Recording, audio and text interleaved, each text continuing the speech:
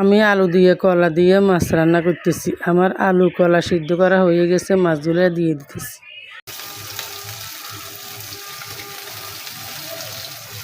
মাছ ভাজি করছি, এখানে তেলগুলো ভাসি গেছে, ওগুলো এখন দিয়ে দিলাম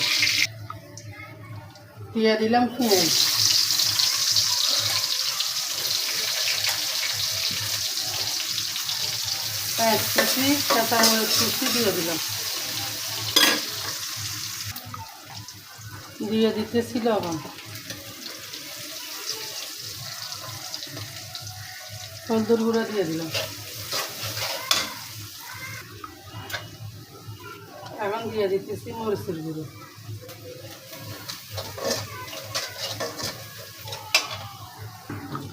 একটু পানি দিয়ে দিলাম। পানি দিয়ে আমি আজকে কলা দিয়ে আর আলু দিয়ে তেলাপিয়া মাছ রান্না করব। কলা দিয়ে আলু দিয়ে তেলাপিয়া মাছ কীভাবে রান্না করে আমি রান্না করতেছি। আপনারা কলা দিয়ে আলু দিয়ে তেলাপিয়া মাছ রান্না করেন কিনা আমি জানি না। তো কলা দিয়ে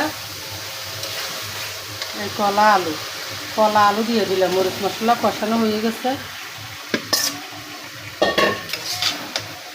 আলু কলা দিয়ে এখন কষাবো।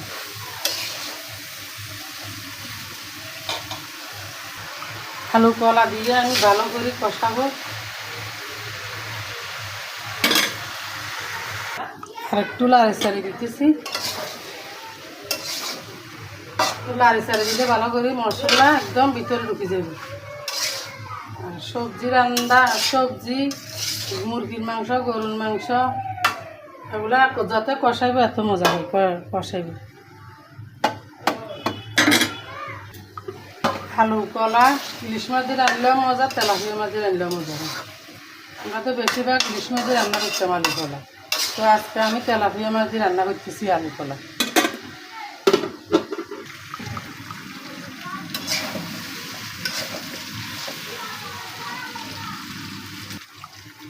আলু কলা কষানো হয়ে গেছে, এখন আমি মাছগুলো দিয়ে দিচ্ছি।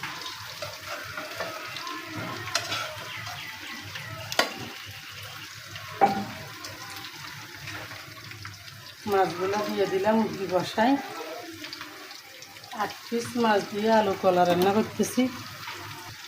তো আমি এখন দিয়ে দিব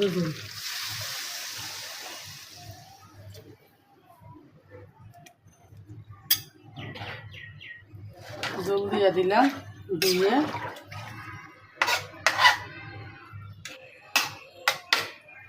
তো আপনারা দেখেন আমার আলু কলা দিয়ে রান্নাটা কেমন হয়েছে। তেলাপিয়া মাছ দিয়ে লাইক কমেন্ট করে জানাবেন।